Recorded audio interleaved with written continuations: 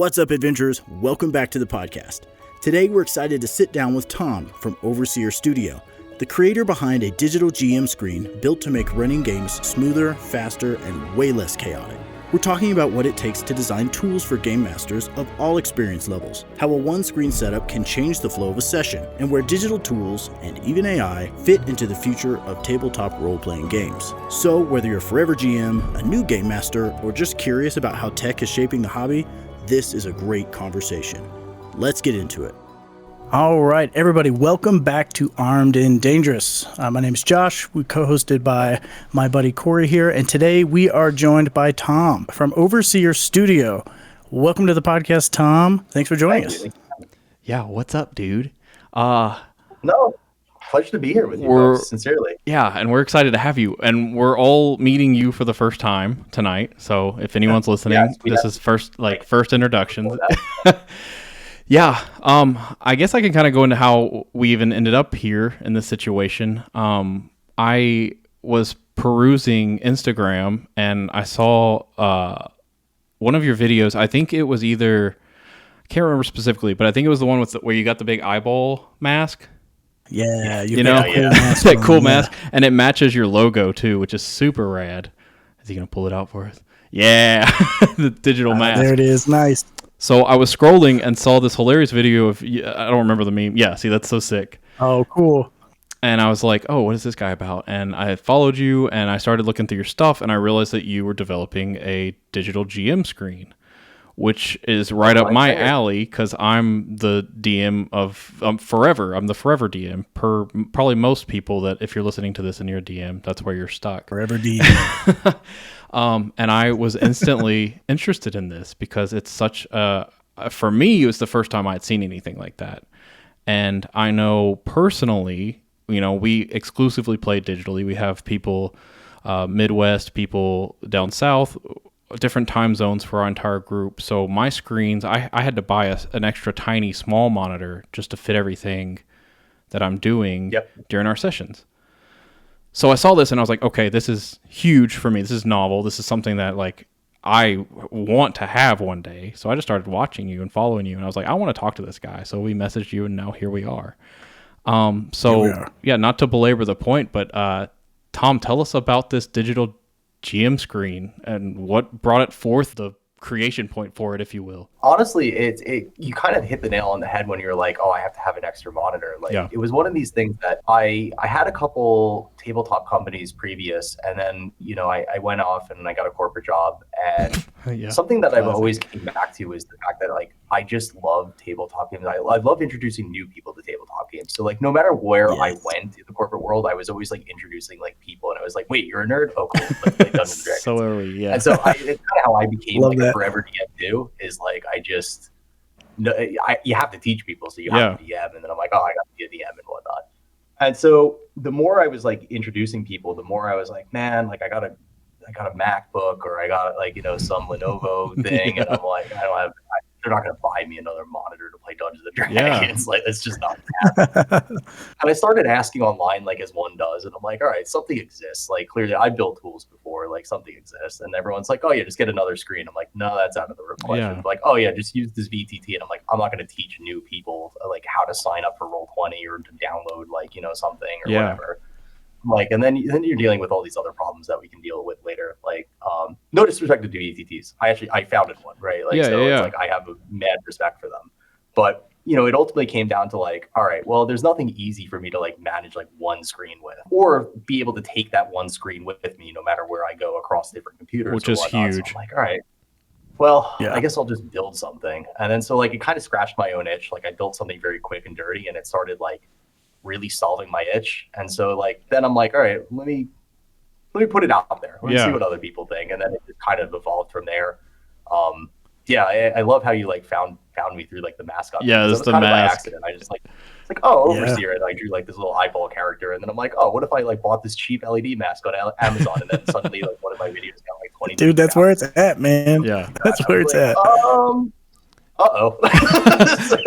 It's the silly stuff that pulls people in, man. That's why we're so hyper focused on the wizard. Yep. With our, I guess he's our mascot at this point. I spent $30 on that costume on Amazon. It's awesome, right? Like, there's something immersive about it. You could be silly, you could be outside your character kind of thing. Like, I found there was a lot of good things out of that. Well, dude, that's awesome. That's super cool, because I think this is something that has needed to exist for a while as the digital age has grown in TTRPGs, and we're big D&D guys. Like, that's where we lie. You know, we've never played anything besides that, right, Josh? I think that's essentially we've done Lost Mines of Fendelver, we've done some of Storm King's Thunder, and then essentially we've gone off on our own rails and have started writing our own homebrew stuff at this point. But we pretty much exclusively play through Telspire, which would be our VTT, I guess. But amazing. And Telspire is great. Yeah. But we don't roll through Telspire. We roll through D&D Beyond. So, all right, we've got 2 screens now, right? Because Telspire takes up 1 entire screen. There's no way around that one. You're losing an entire screen to Telspire. And then we have D&D Beyond, whether it's on our phone. I actually have an iPad that I place to my left that I have all the rolls going on. So technically I have 4 screens up when this you is have all like the down. Whole command center. I have a mega desk. Yeah. I joke with them because a screen will grow every time I think of a new idea, which hopefully your product would eliminate some of that. So they say D&D is expensive to get into. You have to buy all these books. But they leave out all the cost of the monitors and all if you're playing digitally, it's a whole other ball game. Yeah. So and then I have we utilize Fantasy Plus as well, which is the music, and so that's a screen. And then sometimes we switch to Spotify and have like a Spotify jam going that we all share. So that's another screen. And so, I mean, the entire time we're playing, I'm listening, and I'm over here just control tabbing through all of my screens, trying to like make sure that this is happening. So when I saw your product, I was like, oh my gosh, like to have all of that in adjustable, right? You can adjust the sizes of those windows, right? Well, it's in a canvas, but yes. Yeah, but to be able to like shrink down Spotify or like pull Fantasy Plus over here, like that was so interesting to me. And instantly like, okay, that is huge, because I could do all that on one screen, right?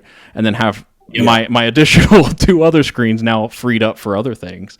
You had your light bulb moment, right? You were a GM, you saw a need in the community, I guess, if you will. How has that journey been for you? From inception to now, maybe some of the hurdles you've encountered. What about the community?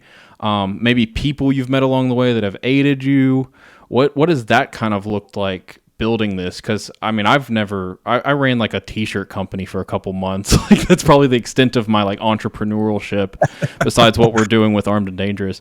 What has what has that looked like for you so far? What's your journey been? And that, I know that's a pretty broad question, but kind of just like show me, how has the community embraced it? What's your feedback been on maybe test users? I don't know. I'm kind of curious on all of that. Have you had DMs get their hands on it? Yeah, I've been very fortunate that 8 years ago I founded a company called Astral Tabletop, which was before Stranger Things, before the pandemic, before Dungeons and Dragons really found its like 3rd, 4th, whatever wave it was on.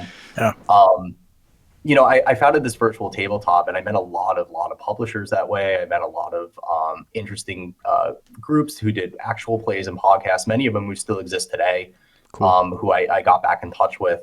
And so I really started digging through my Rolodex again. I've always been a big part of like the Reddit RVTT community. As small as it is, it's like I think like 12 or 13,000 people. But like I've always considered that like my home. Yeah. So like whenever people post on RVTT, despite whether I was in the TTRPG community or not, I was always like commenting, like always interested in what people were building. For sure.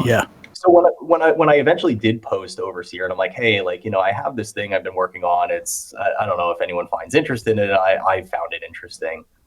It was sort of welcomed with open arms, and I was really happy about that. Even like publishers I was reaching out to, because eventually the goal is like, it's a one-time purchase software, right? Kind of like the Foundry VTT model of things. But I eventually wanted like publishers to be involved in this too, where they could say like, hey, I have this adventure, right? Here's the pre-made GM screen. So like you have all your encounters on the screen, or you have all your that's the city or the citadel on another screen. That's cool. Yeah. which I think is, to me as a GM, right, the hardest part about GMing, and I know a lot of people find a lot of enjoyment in this. I am very limited time with a small infant daughter. Prepping is a big issue for me. And so like I follow a lot of Sly Flourish, and I love his approach to things, just being very extremely lazy about things. And so when I thought about it, I'm like, oh, publishers can create GM screens and people could be lazy about running their GMs, their tabletop games, and then I think more people would play. Yeah. So that was kind of the idea. So yeah, to answer your question, like more or less directly, like it's been fun. It's been a weirdly welcoming experience where I was like, this doesn't really exist, but maybe people find interest in it. And then people were like, actually, holy hell, yeah, I could use this. This sounds cool. So yeah, I've had a early access screen up now. If you go to Overseer, can I plug? I'm assuming I can plug. Plug away, man. Yeah, absolutely. We want you to. Yeah. Yeah, plug away. I'll probably even get your like logo somewhere on the screen at some point. So yeah, plug away. Excellent. Okay. So if people can go to like overseer.studio, sign up now, you get 50% off. Eventually it'll be $30, but anyone who's early access, it's $15, one-time purchase, no subscriptions, none of that stuff, no hidden fees, whatever. It's yours, free updates, all that kind of stuff. Yeah, that's the story in a nutshell. That's sick, dude. Yeah. Sly Flourish was a good little plug in there. I'm a big fan of that as well. I'm a huge fan. I just had his Black Friday sale. I like picked up every single book. Great content. Great content. And man, the idea hearing you say the idea of a potential publisher getting in there and having pre-made screens, like that could be wild. The plug and play accessibility of that. Yeah. Especially if you're working a full-time job, you have kids, like to sit down and write out a full-fledged campaign feels harder and harder in this world that we live in, right? Yeah, to be able to just like pull it up, study it, and then be like, yo, we're playing a session. Like that is the ticket in this era, I feel like. That would be sick. I'm a big fan of, like, the way I run tabletop games to begin with has always been like very improvisational. So like I'm a big fan of just like kind of winging it. Like have my players wandered off of some path and it was just like, where did we end up? I don't know, Forestville town. Like, I don't know, run with it, right? Those are usually some of the best encounters though, because I was gonna say I feel like a lot of times those are the best sessions when you get into the random wackiness. Yeah. I love how you ran into an issue and you said it doesn't exist, so I'm going to create it. And that's one of the things I love about the D&D community is there's a lot of people out there that just say, I really like, there's a huge need here. I think I'll make that. And I think it's just full of such creative people. And so I love that you kind of took that and ran with it, and it solves a big problem. I think I've GM'd one session, and just from that one session, I very quickly realized, like, wow, yes, this does take a lot of prep work, but just the kind of the winging it, that's where the fun is. And I feel like your tool kind of, it makes D&D a lot more accessible to people. And that's what gets me excited, is because we love this game, and we, like you were saying earlier, like we want more people to play it. And I am constantly proselytizing to people, all the time D&D. About D&D. Play D&D. Like it is the antidote to this crazy world that we live in. 100% agree. Less intimidating too, right? Like I think there's an element of like tabletop games that can be somewhat intimidating for various reasons for various people, right? Like for people who are running a game, like you pick up a book, it's like, oh, I'm going to run this game, and then you flip through it and you're like 30 pages deep. You're like, uh-oh, like what did I get myself into? What have I done? Like reading characters can be like a big task for people. Like you're just like, oh, I'm going to be like, this class, or I'm going to be this like, whatever race or whatever. And then you're just like, oh man, the amount of choices I have. What have I done? What have I done? You can reduce that friction. I'm like all for. You also said something that like I was another big inspiration for like Overseer, which was that there's so many people who are out there who are just like, I have this idea, I want to build it. From people who build like roll tables to dice rollers to full on nexuses and all these other like amazing tools that like I don't want to compete with those people at all, because they're doing things that are just so cool. And so rather than compete with them, right, I'd rather just build a tool that helps the GM organize all of that. And so that again was like kind of like the birth of like Overseer, where it's like, I want to take this, I want to take that, I want to take this, kind of combine it into one screen. Please tell me this exists. It doesn't. I'll build it. Okay. And so here we are. I love that. You're like, fine, I'll create it. So if there's a say we have a GM listening, right? You know, someone who's interested in this product, what features would you explain to them? Like, tell me about it. Yeah, so this is Overseer Studio. I pushed the talk on, so you're going to see me probably highlight things that I shouldn't be highlighting here. But more or less, this is like, I can open, here, let's open up what you're going to see for the first time when you open up. Okay. So you can manage sessions. We'll go to Welcome to Overseer. I'll open up this session. Already, man, it's super clean. Like, I'm just gonna say that. Like, I was literally about to say, like I'm already blown away by how smooth and clean this looks, and how modern it is. Like, it looks like it's in 2026, right? Oh, that's yeah. sick. So you could create these tiles. So this is like kind of the thing. It's built on this thing called a screen, or you probably know it as a canvas in other tools. But you have this infinite canvas that I can like pan just like that. But I could create a tile, right? And then these tiles, I have a bunch of built in, so I can like use an audio tile, an image tile, PDF. I have this like book PDF thing that I'm working on where to like actually flip the pages. Okay, that's sick. Placeholder is what you're looking at now. Ooh, yeah. Text just again labels, video, websites, and so like website is fun because like I can go to website and then you got Roll20 right here on the screen. Wow. Right? Wow.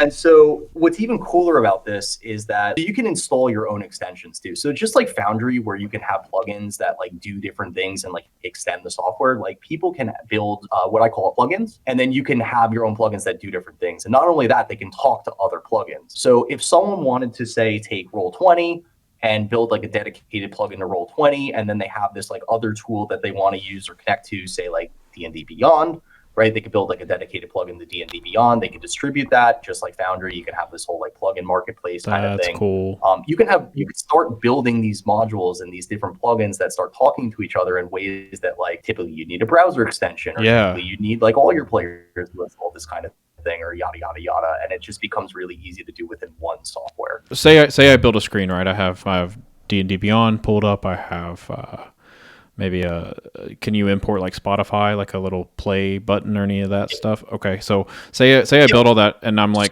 Josh is like, hey, I'm DMing a session this weekend. Do you have a screen available? Are you able to share amongst users? Is that something that? And I'm just throwing out features here. I don't even know if they exist. Yeah. So right now it is very GM/DM focused. Okay. And that's really on purpose for a couple of reasons. One is anything that's like server side is something that I really like. I've done in the past. I ran VTTs, right? I ran 3D Dice, ddd.ice.com. Check it out. My friend still runs it. Nice. It's a fun website. Love it. But the thing about servers is that like I didn't want to run them, and so I didn't want to have people, totally, especially makes like sense. with Foundry. No disrespect to Foundry, it's taken over the complete VTT space, but like I didn't want people to, like manage ports or like open up firewalls or any of that kind of stuff. So like, no player features today, but the plugin system would allow for it. So if like someone wanted to build a plugin that's like, hey, I built this like mini VTT within like Overseer and it connects the players, like there's no stopping people from So that's that. kind of the It's just the main workaround, if you will. You almost give the power to the user. Okay, I love that. The reason too is like it follows the philosophy too of like Overseer and like what I want it to be, which is like reduce friction, increase fun. The thing about VTTs that I found over the years have become somewhat frustrating for me is that I think they're doing too much and it's catering to too many people. Again, no disrespect. I use them all the time. I use Owlbear. I use Roll20 for various groups and stuff like that. But there's always that element of like, wait, hold on. Let me get this ready. Wait, I got to look that up. Wait, I got to click that. Hold on. You're not supposed to see that. Wait, what do you see? Yep. Wait, hold on. You're connected. And there's all this like technical mumbo jumbo that really like separates you from the immersion a little bit. 100%. Which is why like when you guys say you use Tailspire, I actually used Tailspire in a group a month ago or so. And I loved it because the GM had full control over it. And I was just kind of hands off, just acting out my character. And I was like, the immersion is there. I love this. I'm not dragging my character around or anything like that. Because you see it all the time. I follow the Roll20 forums and Foundry forums. And people are like, how do I stop my players from moving? I'm like, I don't know, have a conversation with them. Like, tell them. Don't have So like I didn't want any of that. I wanted the GM to basically focus on the game, keep themselves immersed in the game, reduce the wait, hold on moments, and like wait, let me look that up moments, and just focus on just full focused immersion. Well, that's the thing too. Is like, I mean, as the GM, I'm already so hyper focused on the story, right? I want that immersion for my players. That is, If I walk away from any session, that is number one for me. Immersion, immersion, immersion. So if that means I have to get rid of something to make immersion, we're going that direction, right? And I think that, like you said, there are so many there's programs that I've downloaded, like note-taking apps or whatever, that have been recommended through forums to me, and they were so overtly complicated. I was like, I just need something I can write notes down and make stuff bold or not bold. You know what I'm saying? Like simplicity.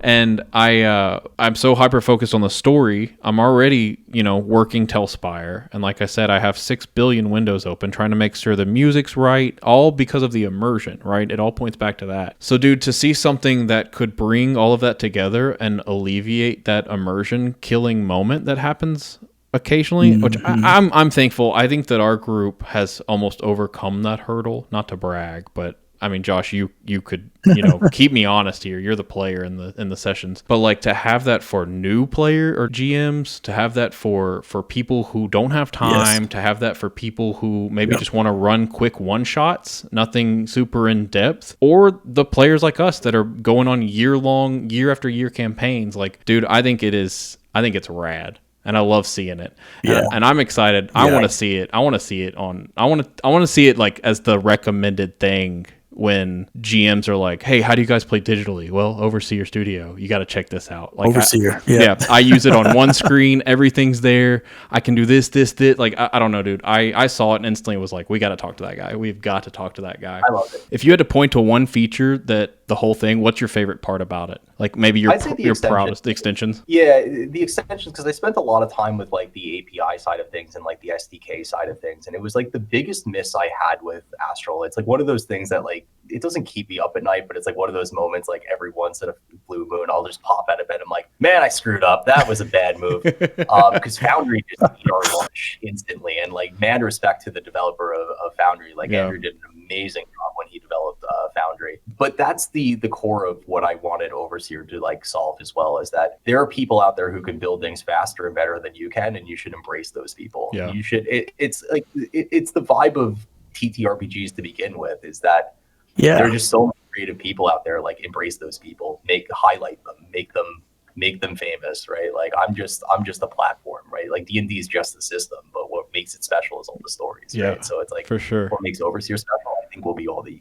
community plugins. Well, like that's kind of the heart of Armed and Dangerous too, is like the whole idea of this was we want to highlight people who are doing really cool D&D shit out there, and they're building really cool tools, and they're like they're creating really cool stories. I mean, there's the interwebs is so inundated with like, here's how you should play D&D. You should be doing this, and you shouldn't be doing that. And I think Corey and I both just got tired of it. Like, we see so many people out there that's doing cool stuff. Like, we just want to get those people on and hear about the stuff that they're doing. There is a correct way to DM. It's the secret is you have to have fun. You have to have fun. You have to have fun. Rule number one. Yeah. Rule number one. Have fun.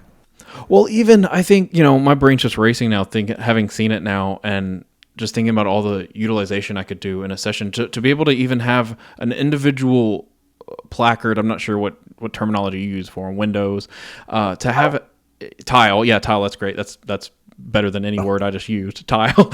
Each tile for I like placard.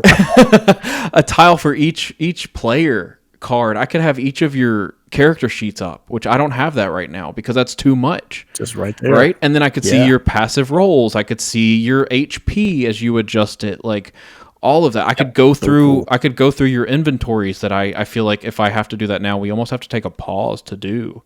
Those are the little things that I think would keep, again, that immersion alive as a GM, like the ability to really organize and sit down. Like the idea for me to even sit down and look at it and start to place these tiles sounds fun, because I'm like, man, like how could I could just streamline a full session utilizing that. Yep. Dude, that's sick. Kind of a out there question. If the sky was the limit and you kind of just had the ability to add a wild feature, if you will, complexity kind of out the door, you were able to sit down and someone gave you a coding potion, right? And you're just on fire. You had a team of 20 devs. Yeah, at your disposal. What features in the future do you think you would add? Like, what's something crazy you think you could do with this? Less crazy, but like more like definitely will take like more than me Yeah. is I would love to get like, well, there's two things I think that come to mind. One is Overseer, you can theme it today. Like part of the plugin architecture is like you can actually add themes and change the color of Overseer and things of that nature.Ame with language. You could translate it to any language. I actually have this half translated like Cthulhu right now. That's cool. Or I forget the actual name. I'm not going to try and pronounce it. I would love for themes to be more than just colors and have like actual like frame borders and like all sorts of like fancy graphics. You can do video backgrounds and stuff like that. But I would love to do like particle effects or like things like that. And just like, again, when you think about different systems or you think about different adventures, like D&D is like a system, right? But the stories are all are very told very differently, right? And so you have like Curse of Strahd, which is very dark and gothic, and so having a theme that fits with that, with like frame borders and like dark elements and like maybe like, you know, very shadowy type particle effects and stuff like built in, like I love that. To me. Well, I think we forget too. I think we forget too that in order for, I'm just going to keep using this word because it's the word of the day. I'm going to have a little word of the day. Word of the day. Yeah, we forget that the DM too wants to be immersed into this story with the players, right? Yeah. So if his or her, you're a player too. You are a player too. Yep. If his or her screen looks like the story they're telling, like maybe even to the font, you know, like we're in a pirate themed session right now. If I had a ocean background and maybe water effects and, you know, that kind of stuff, it's like, man, I click on and like you said, the page turns on like a tome that I'm reading to them. Like that would do, I think, as much for the DM as it would for the players. Like that kind of stuff. I love that idea, man. That's a great idea. And then like the other feature that's like more obtainable, they're both obtainable, but like I definitely would want like more than just me working on this is like, I see a future where there's like a very big sync feature to this. No idea what that looks like today, but like the idea of being able to build your GM screen, like I have this like gorgeous monitor in front of me, like big widescreen or whatever, but like being able to build it here and then be able to sync that, like just save it and then go to my laptop, go to my friend's house and play in person and just have that screen built.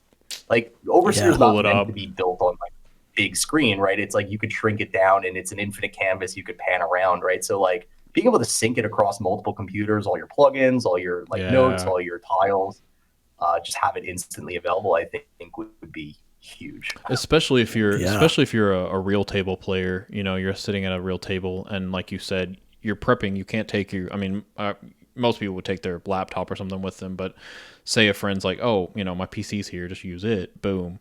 There's your screen, you know, done. Or even like, hey, here's like the crazy iPad or whatever. Have whole dedicated rooms to their D&D campaign that like I love that type of stuff, but like I can't imagine like you're gonna sit in that room full time and like prep your campaign. Like I imagine you're gonna be in like, you know, your chair or watching TV or somewhere else. I'm gonna be honest, that room you're in looks like a perfect D&D room. You're over there in it does. You need you need a big table in there. Very elvish of you, like very. Yep. Every time I'm at Gen Con, I pass by the booth that's like of the people who build those like custom D&D tables. Like, man. Oh yeah. Do I really need a new car this year? Can I just spend 10K on this table? You just need some serious mood lighting and fog, and that room's done, man. You're good to go. Okay, so the future, you know, GM screens, maybe they become more popular. Again, I feel like right now you're the only one that I've really seen, I'll be honest. How do you see them evolving over the next few years? I mean, alongside D&D too, I feel like, you know, I've heard it said by several people that D&D is very much in a renaissance. TTRPGs are, I think, becoming very just almost householdy names, you know, like I even joke with my parents. They're like, you play D&D, and they make fun of me for it. And I'm like, yeah, I do. And they're like, you know, we didn't believe in that stuff back in our day. And it's like, it's become so common and so, I guess nerddom, whatever word I'm trying to say here, is nerddom is so more common just throughout. A lot more people play video games, a lot more people watch streamers, a lot more people are online just in general. I mean, what do you see for the future of that GM screen, man? Like, what do you think? 5 years, 10 years? Like, I mean, I guess we've talked about, you know, adding these crazy features, but I'm just curious the utilization of it. I don't know. Maybe that's too broad of a question. No, I mean, your guess is as good as mine, to be honest with you. Fair. I started this almost, I feel like the best ideas are the ones that you don't you don't do too much research into. You kind of just have a dream and you're like, oh, I'm just going to build this. And if it satisfies my need, I'm just going to satisfy my need. And then I started doing I started seriously, I registered a company. I'm like, all right, well, I sunk 500 into this. I should probably care about the competitors. And so I started looking at, there's a couple other people who are doing it, but I think I'm the only one doing it in the way that's you could bring other tools to the table. Yeah. Pun intended. The other ones, like I said, I think are doing the mistake I made with Astral, which was you're trying to build everything in house, and it's just you're gonna have 10,000 people ask for 10 different ways or 10,000 different ways to play something, and you're not gonna satisfy everyone, right? Yeah, make everybody happy. Yeah, and nor should you, because everyone has a different play style, right? So you want people to kind of customize how they play and bring the tools that they like to play. Sly Flourish wrote a whole article on this called "Use Agnostic Tools." That truly, when he wrote this, actually 6 months after I started, and I was like, yes, validation on what I'm doing, because he talked about one of the quotes he has was tools, particularly online tools, can fail us, and the more focused we are on a single stack of tools, the more dependent we are on them, and the harder they fall. The harder we fall when they fail us. And I just that quote just stuck with me, even though I have it written here and I just read it from my screen. No, but it's good. But it really validates a lot of what I was doing at Overseer. But I'm not the first to have this idea, which is honestly a good thing, because if I was the first, then maybe it's not viable. So I imagine there's going to be other players in the space. Definitely, there's going to be people who do things way better than I'm going to do them. There's going to be people who have different, crazy ideas on how play style should work, and I mean, openly embrace it. Yeah. I'm a big fan of, I'm a big fan of competition in the sense that it always drives innovation. Competition always drives innovation. Sure. So anytime there's competition, it just makes us better. So yeah, your guess is as good as mine. No, that's good though. That's a good take. That's a good quote. Mm-hmm. Sheesh, man. Mike Shea. What's the most recent campaign you've played or DM'd? Yeah, what's your campaign? What's your character?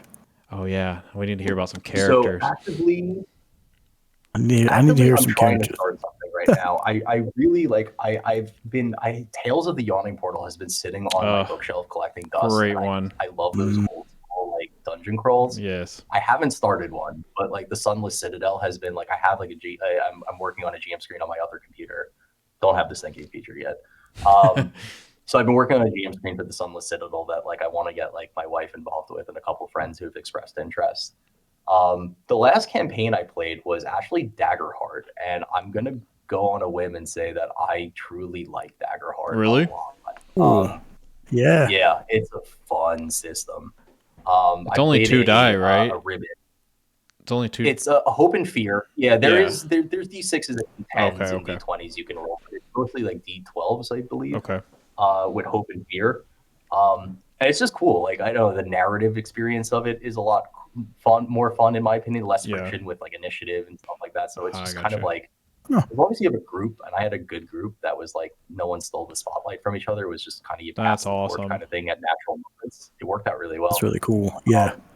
But yeah, I played an assassin named Pippi, which was he was a frog or a ribbit as they call it. Yeah. And it was in no way, shape, or form influenced by House of Gucci. I definitely wasn't a high craft leather maker that had some tainted murderer past or anything like that. That's awesome. It's a fun character to play, I'll be honest.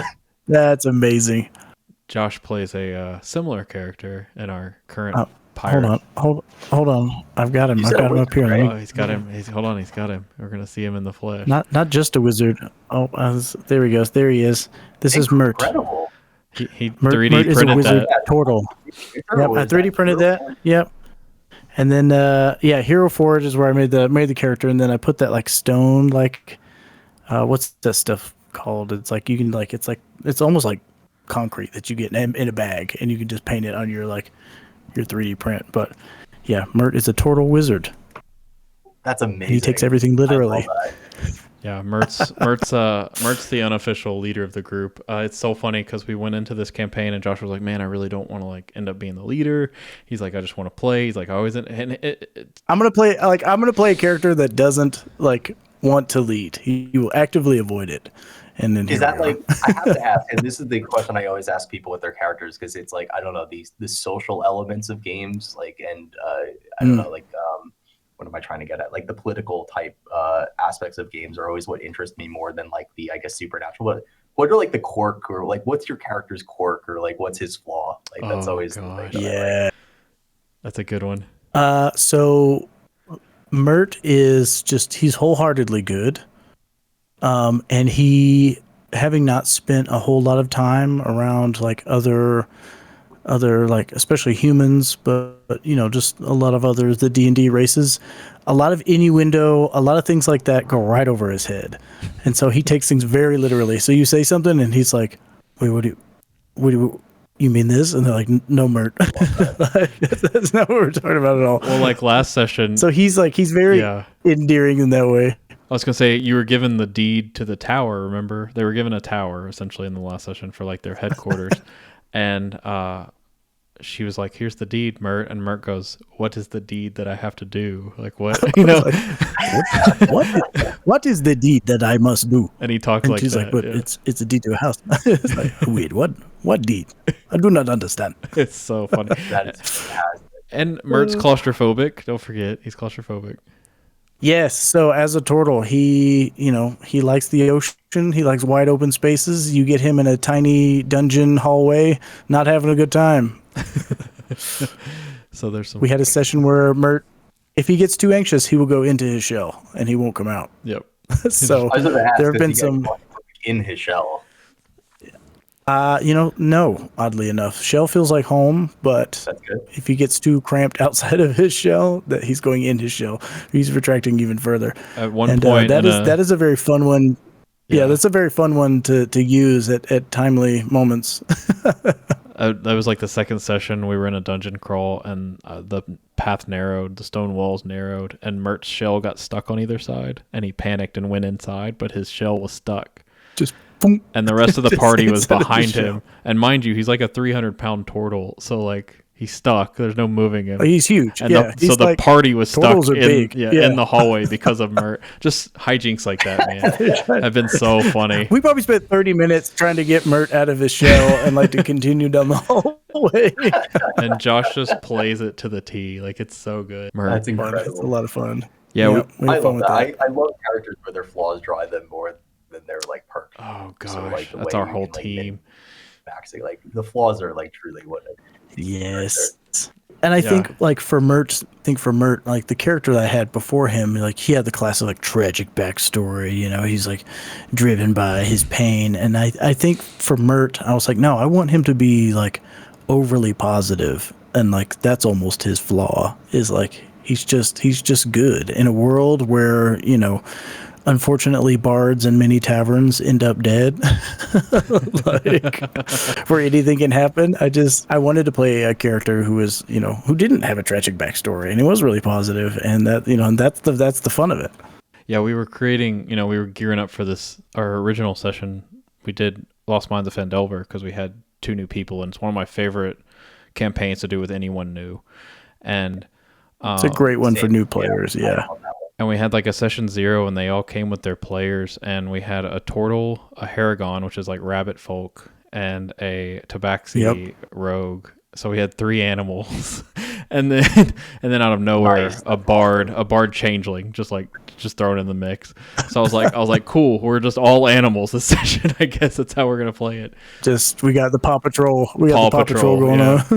It's been pure chaos. Pure chaos. That's so good. So good. We haven't even dove into the hot topics of AI, huh? Dude, no. I mean, if you want to, we can go there. I was almost going to ask that, because I feel like in one of your videos, I think you mentioned like you didn't use AI like to make any, like somebody asked you that question. No, you know what's funny is that like I wrote this whole article. Like I have another website, nullfish.dev, where I post sometimes of things that I'm thinking about, and like I had this like emotionally charged like post about like I'm not a fan of AI. Like I understand the benefits, I understand the people who are making use of it, et cetera, but like I've been programming for almost 20 years, which, you know, I was young when I started. Yeah.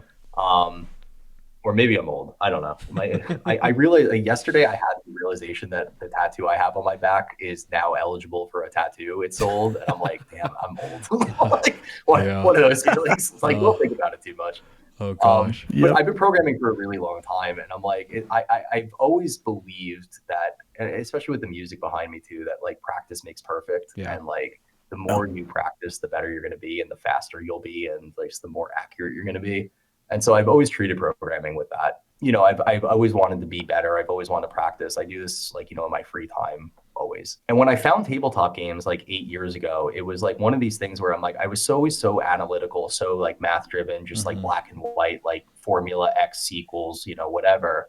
That tabletop games, like it was like a muscle I haven't stretched in a while. So it was like, I could tell you like the first campaign I ever played, I remember playing like I was a Dragonborn or something. My friend really played it to a T where he's like, you were getting a lot of weird looks in town. I'm like, I wonder why that is. And then it was like in a dungeon or something, it's like it's pitch black, and I'm like, I light a torch. He's like, okay, well, every goblin sees you now. And I'm like, I get it now. Creative control over this, and my actions matter, and this is a muscle I have a long time. That's awesome. Like I just thought like, oh, dark light. And so like when it comes to like the magic of tabletop games to me, or like for anything in life, like I just keep practicing, right? Have fun with it. Like it was really what really sparked the post was that I read this post on like Reddit or something where someone was just like, oh, my players are expecting more, and I started using AI, and here's how I'm doing it, and blah blah blah blah blah blah.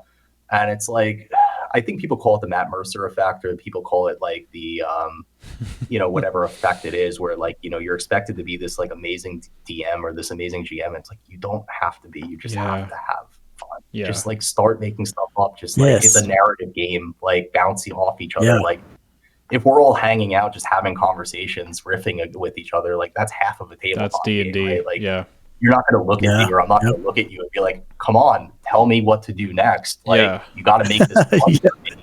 It's not fun for me. Why aren't you making this fun for me? Like, that's such a weird experience to me. And like people leveraging AI so that they get that like fun element out of it is just like, just have fun, man. Like, so I don't know. I'm like staunchly like against AI in that creative sense. Yeah, that's my stance. No, that's fair. And soapbox over here now. No, and the further I get into it, the more I am leaning or standing on that soapbox with you, because there's been a few sessions where I've even tapped in just to see what it was about. You know, like let's get into ChatGPT. Let me see what kind of things it can produce. And granted, you know, there's some times I'm like, okay, that dialogue's pretty easy. Like, you know, I'll have it for backup in case I run out of things to say personally, whatever. So a few dialogue options here and there. But I've noticed that any time that I've leveraged ChatGPT, and that's the only one I've ever touched, I've never gone anywhere else besides that one. And so just text-based, nothing crazy. I may have had it generate a letter or two for you, Josh, at times, you know, but most of that, I end up running it through Canva anyway, because it's garbage. Yeah, I feel like most of the time you end up you build it yourself anyway. Yeah, there was one session I needed a journal really fast for Josh. I was like, oh, I'll try AI for it, and it just spit out the most garbage mess I've ever seen, and I ended up building it myself. And you know, shame on me, because I've done graphic design in the past. Like, that's the fun part of it. And I mean, I even think. If it works for you, like you're not a shitty person for using it. Like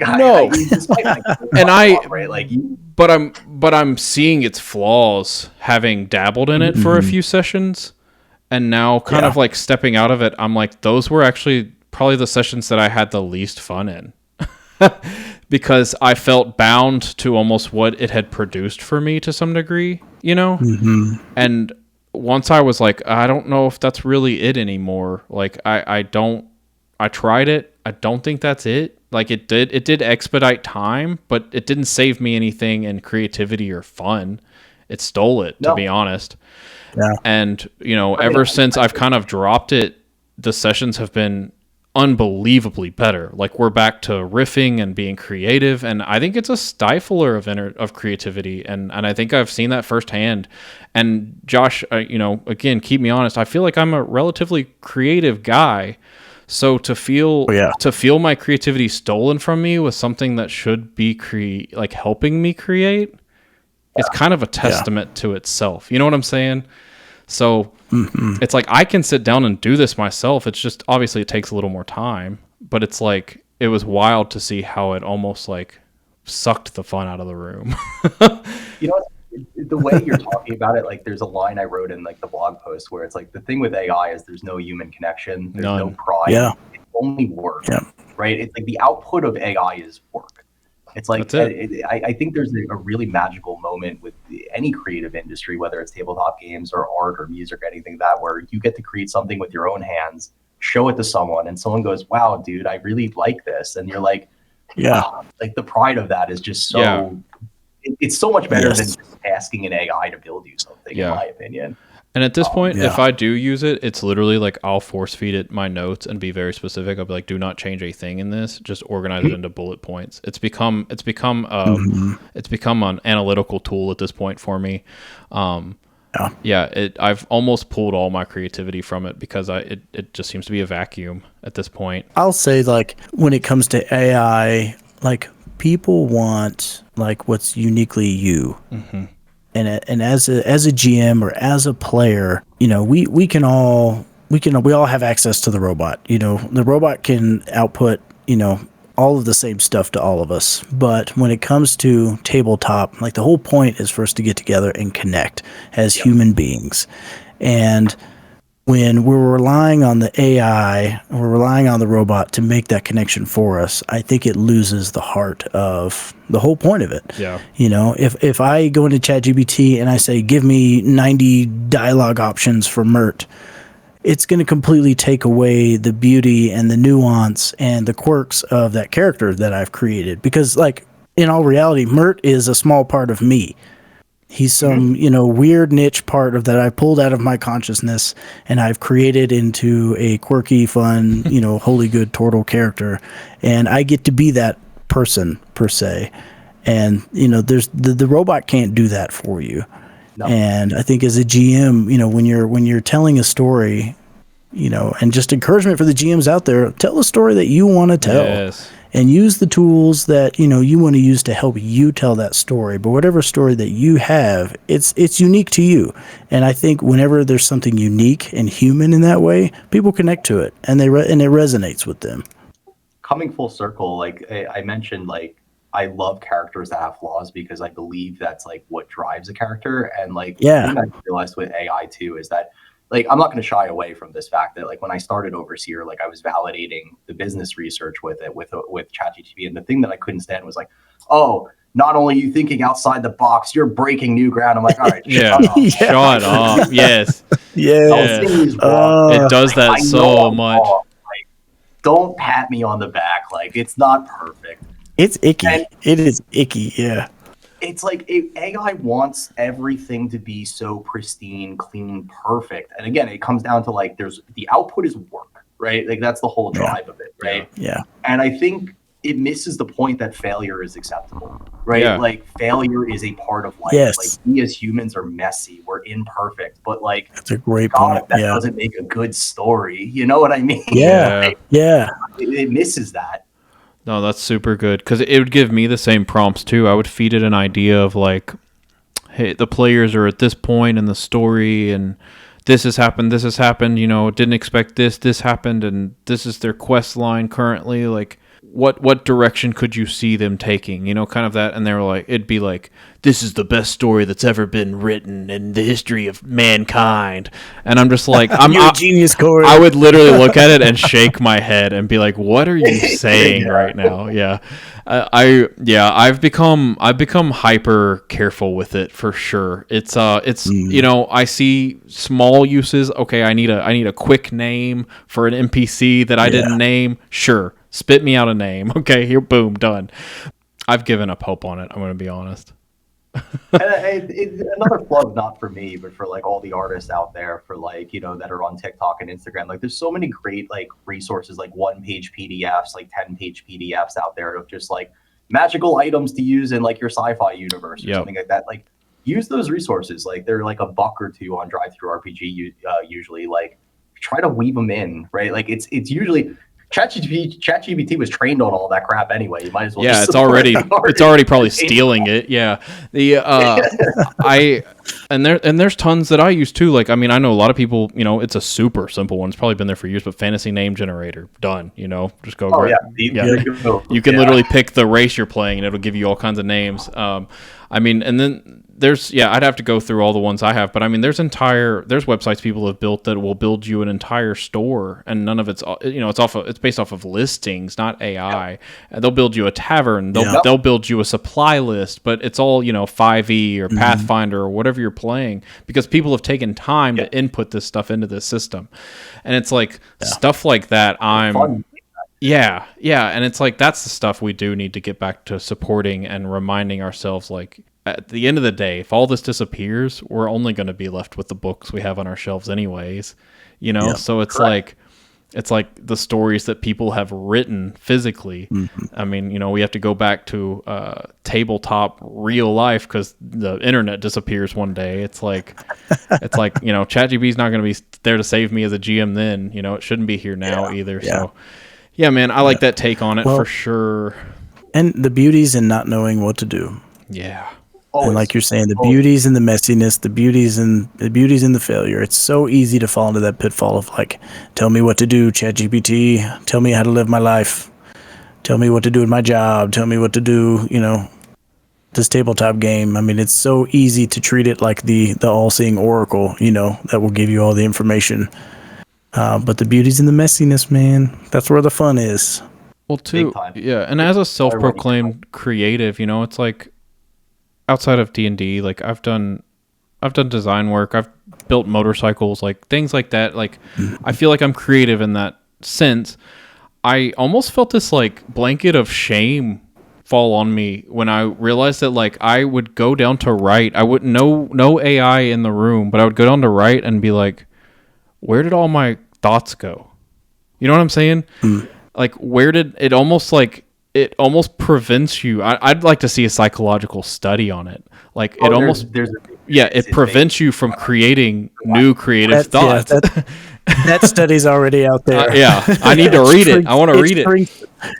Heavy ChatGPT users, it like shrinks your brain. Yeah, I believe it. Like some scary ways. Before, though, right? Creativity is a muscle. If you don't, if you don't exercise it, it's going to dull. Especially if it's being spoon-fed to you through a computer. Yeah. No, I'm with you. Yeah. There's something said about that, right? Like we should all be creative. Right? For sure. Again, I'm very analytical. I'm very computer, but hey, I like playing music, and that's somewhat creative, right? Like, so it's like you gotta be creative. Well, I mean, even your program alone is a testament of your creativity, man. It's like that. I appreciate that. Yeah.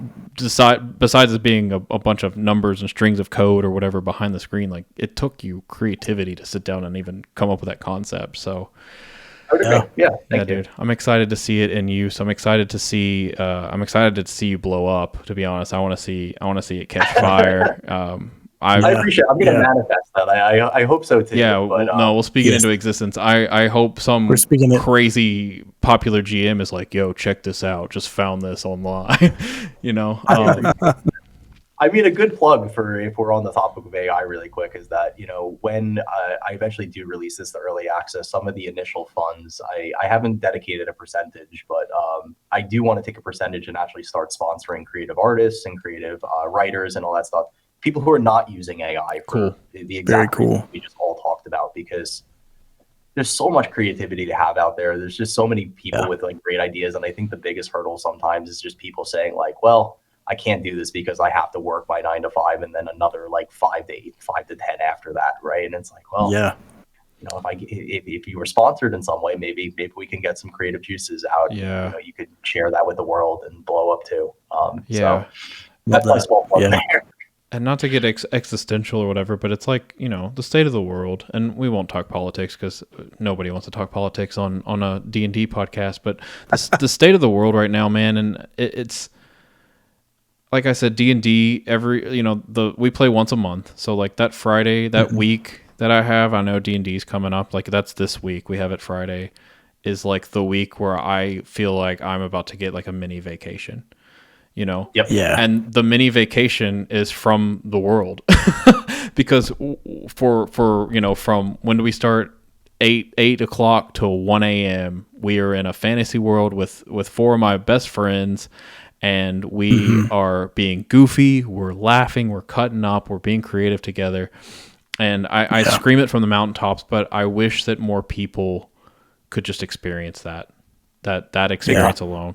And I know it's not everybody's cup of tea, and there's other ways to do that in life, but there is something, I mean, as a grown 36-year-old man sitting down with other grown 30-something-year-old mans and playing fantasy for a few hours, that has changed my life. Honestly, it's changed my life. It really has. And it's made a difference in my mood, you know, and just like how even how I, you know, it's filled some, like, I'm very much an extrovert, but, you know, with everything that's going on in the universe, I work from home, things like that, I've become almost a forced introvert. And so having this like outlet again has brought that back out in me, you know, and other aspects of my life. And like you said, I love running into people randomly on the street and them being like, seeing a D&D tattoo of mine or something like this or that, and be like, yo, you play? Yeah, I play, you know, and just those interactions are so sweet and precious to me. So, absolutely. Yeah, dude, anything that can foster that. So even this community, even you taking time out of your night, Tom, to sit and chat with us is such an honor, and it's a blessing to us. Yeah. No, it's a blessing. Thank you. To you, please. Yeah, dude, we appreciate that you'd even do that. Yeah, Overseer Studio, go check it out. Overseer Studio, check them out. Off $15 one-time purchase. You come can't join our beat that. Discord. Come follow our Discords. Watch me make a fool of myself on online with my masked figure, the Overseer. Me too, buddy. Me and you, Tom. We need to have a cross episode where they meet. Yes, the wizard. Like, I never thought in my lifetime I would ever be like anyone that would like post online, and then now I'm like, my wife is like, I ask her, I'm just like, I'm in my costume, and I'm just like, can you film me? I gotta do a video. Oh man, it's like Josh. Okay, quick funny story. Quick funny story on that, because same. I never, like, I vowed never to touch TikTok. I was like, I'll never be on TikTok ever. But here I am dancing around in a wizard costume on Instagram and TikTok. We were up in the mountain because I live out here in Utah, so we got snowy mountains right now. We're up in the mountain filming our next little wizard video, and I'm just out in the woods in the snow in a wizard costume, and there's this guy just hiking by, and he's like, is that a wizard in the woods? And I was like, ho, like, a wizard in the woods. And like, we just had such a funny interaction. And I was like, man, I don't have any shame anymore. This is what the corporate world has driven me to. Yeah. And hell, it goes back to like a big theme we've been talking about. If you're having fun, I mean, that's hey, that's all that matters. You're doing something man. right. Hell yeah. If you're having fun, you're doing something right. You're doing something right. Yeah. All right, and that's going to do it for today's episode. Huge thanks to Tom from Overseer Studio for hanging out with us. Make sure to check out what he's building and give him a like and a follow. Thank you so much for listening. You can find us at We Are Armed and Dangerous on our socials, TikTok, Instagram. And if you enjoyed the episode, consider sharing it and leaving a review. It really helps us out. We will see you next time.